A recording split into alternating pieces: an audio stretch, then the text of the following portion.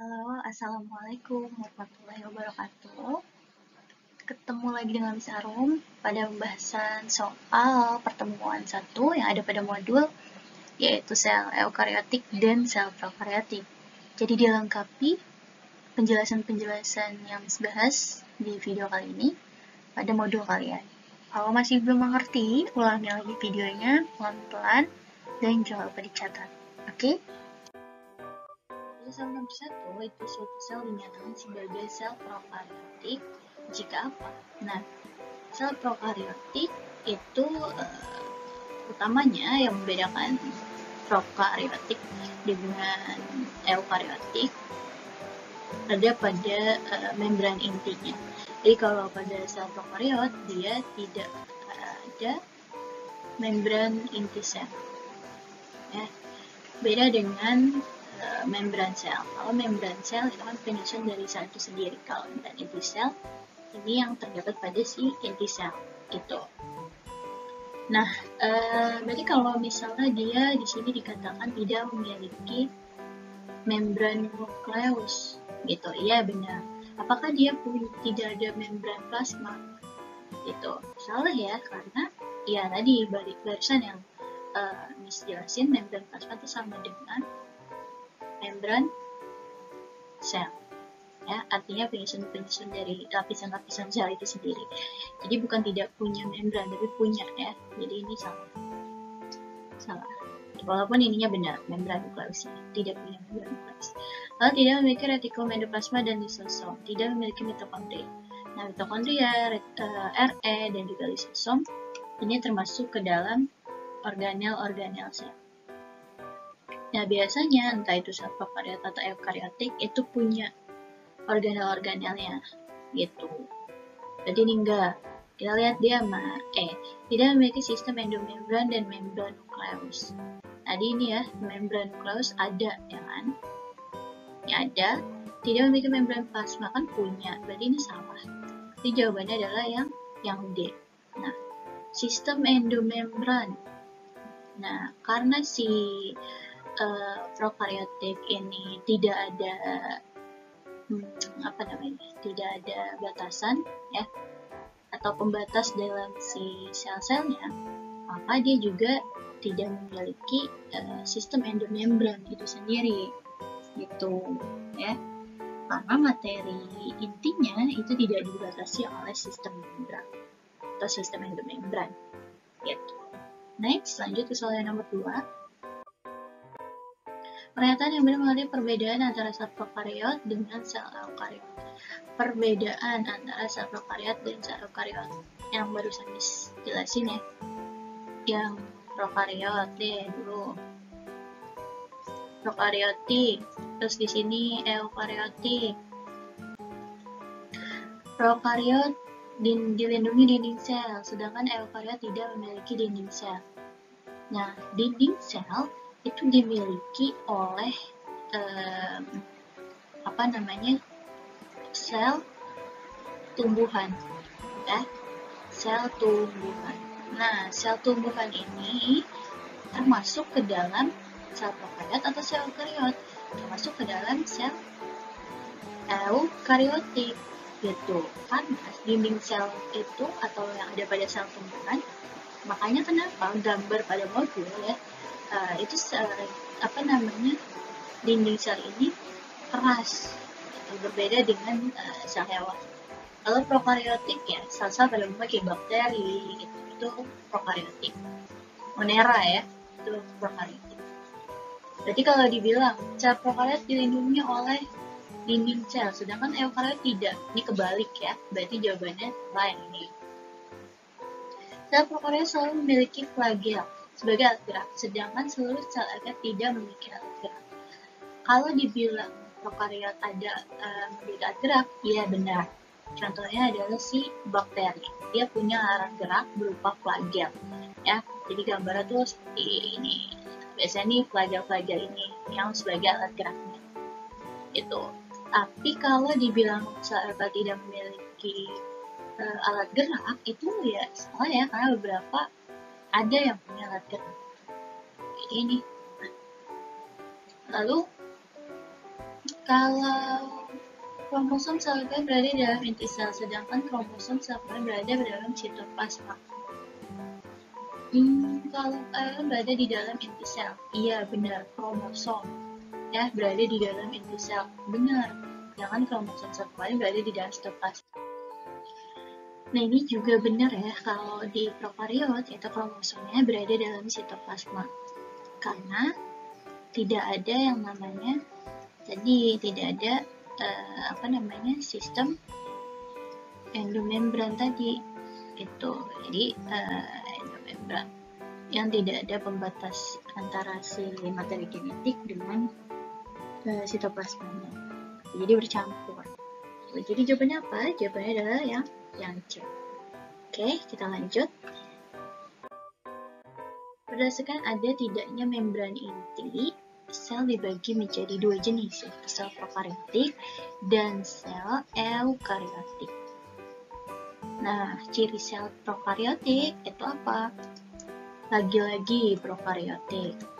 Prokaryotik itu kan tidak punya membran inti. Kita seleksi aja langsung ya, tidak punya membran inti. Memiliki membran inti, salah. Tidak memiliki membran inti, benar. Kita keep dulu yang ini. Memiliki nukleus, tidak ya, karena intinya bercampur pada ini ya, tadi intinya gabung dengan kromosomnya ada pada sitoplasma gitu, jadi campur gitu. Oke, ini enggak juga ya yang E. Nah, memiliki organel ribosom, yang ini memiliki organel mitokondria dan menempati kingdom monera, yang dia menempati kingdom plantae.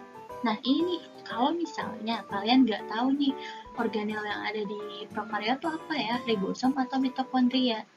Nah kalian bisa lihat di sini kingdomnya.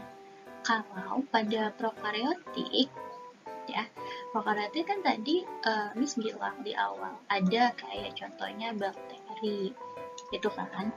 Sedangkan kalau eukaryotik ini adalah ada sel hewan, ada sel tumbuhan gitu ya. Nah, kalau bakteri ini termasuk ke dalam kingdom yang namanya monera gitu ya. Kalau pada plantae, ini kingdom plantae, itu plantae adalah tumbuhan, dunia tumbuhan, namanya plantae, nama biologisnya ya. Jadi kalau misalnya dari sini aja udah bisa kelihatan jawabannya yang mana.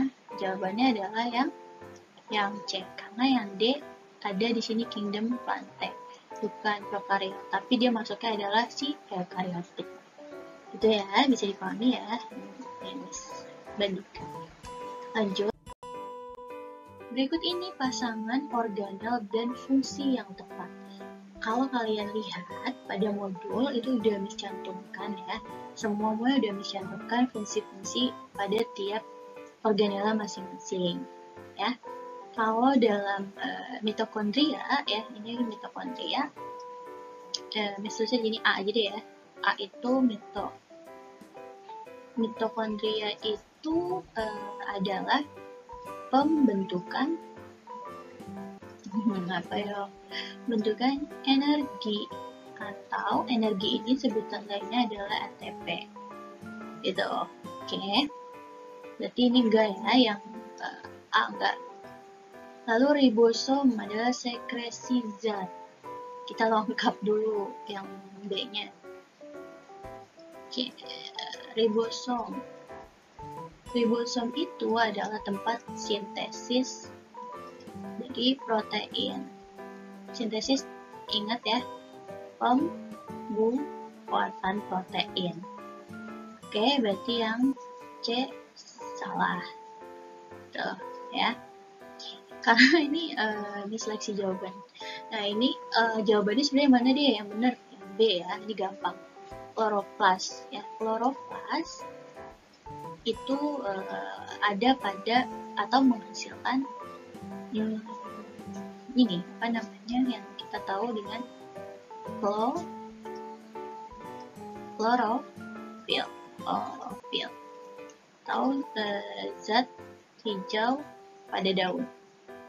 Nah, zat hijau pada daun ada di stomata. Terus juga fungsinya sebagai apa? Kloroplas itu tempat ya, tempat. Ingatnya kalau kloroplas ya klorofil aja gitu aja nggak apa-apa. Kloroplas itu tempat untuk apa?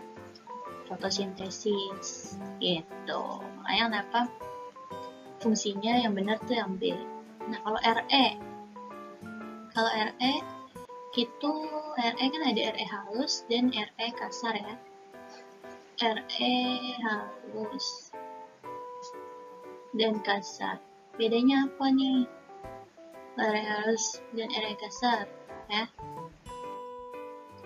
Kalau yang halus ini untuk sintesis lemak atau lipid. Kalau yang kasar sintesis protein gitu. Ya. Kalau badan Golgi untuk apa badan Golgi? Badan Golgi ini adalah fungsinya adalah ekskresi sel. Ekskresi itu pembuangan zat sisa yang sudah tidak dibutuhkan lagi oleh tubuh. Tuh, oke, lanjut. Antara sel tumbuhan dan sel hewan terdapat perbedaan. Berikut adalah organel yang terdapat pada sel tumbuhan, tapi tidak terdapat pada sel hewan. Itu yang mana? Berarti ada nih pada sel tumbuhan, tapi tidak terdapat pada sel hewan. Jawabannya apa? Dinding sel. Karena ini udah bahas juga tadi di awal. Yang punya dinding sel itu si sel tumbuhan, ya, karena bentuknya nih keras ya. Jadi dinding sel tuh keras, padat gitu. Kalau ribosom, membran plasma, RE, mitokondria, ini tuh organel-organel yang memang dimiliki oleh sel hewan dan tumbuhan. Itu, ini juga sama. Ya, jadi nggak salah ya, ini udah dibahas tadi di awal, Miss. Kita lanjut nih ke pertemuan yang kedua mengenai sistem peredaran darah.